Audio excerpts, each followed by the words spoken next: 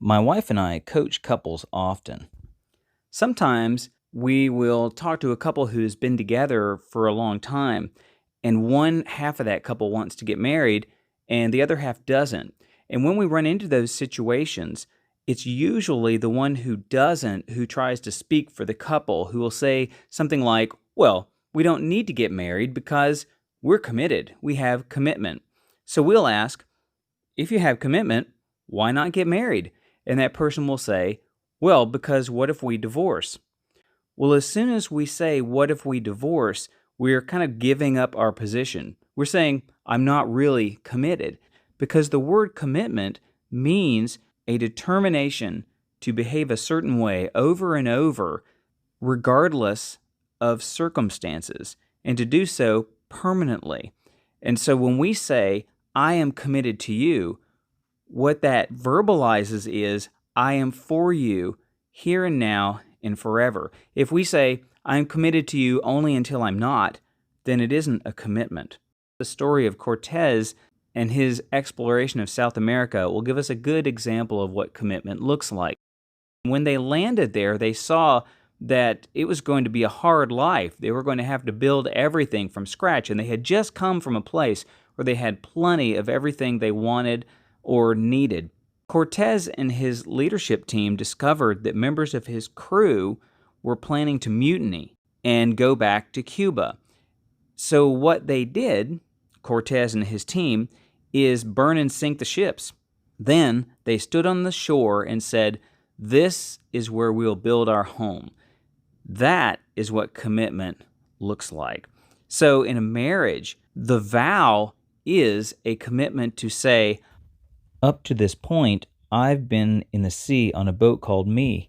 You have been in the sea on a boat called you. Now we will come together on an island called we and sink the boats that brought us here. We will build our lives together here. So if I were in a position where I'm in a serious relationship, I think it should be heading toward marriage, but my partner won't commit to that, says, I'm good, we're committed, I would take two steps. First, I would check myself, because we always want to check ourselves. Is there something about our behavior, the way that we carry ourselves, that is making our partner fear that commitment? Maybe they don't believe we can commit to a marriage, and so maybe they don't want to tell us that, so they say they're okay, they're afraid to marry us because of something on our side. We do owe it to them to show ourselves as a worthy marriage partner, someone who they could trust in a marriage. So we want to check that and see if there's anything we need to make some adjustments on our side.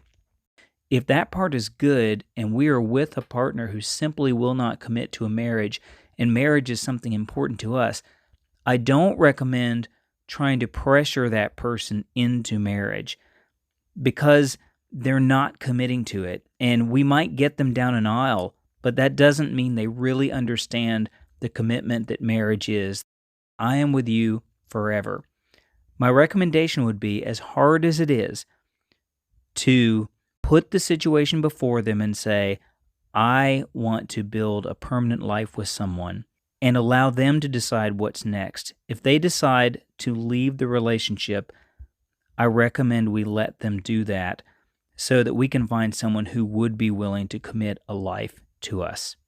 Now, that is just advice based on how I've seen these scenarios play out as my wife and I have worked with couples. But above taking that specific advice, I would recommend that you pray to the Lord, spend time with Him, turn this part of your life over to Him and ask His direction. He will always lead you right. He will lead you in the good paths. You can trust us on that. We know because He has done that for us, and He'll do it for you.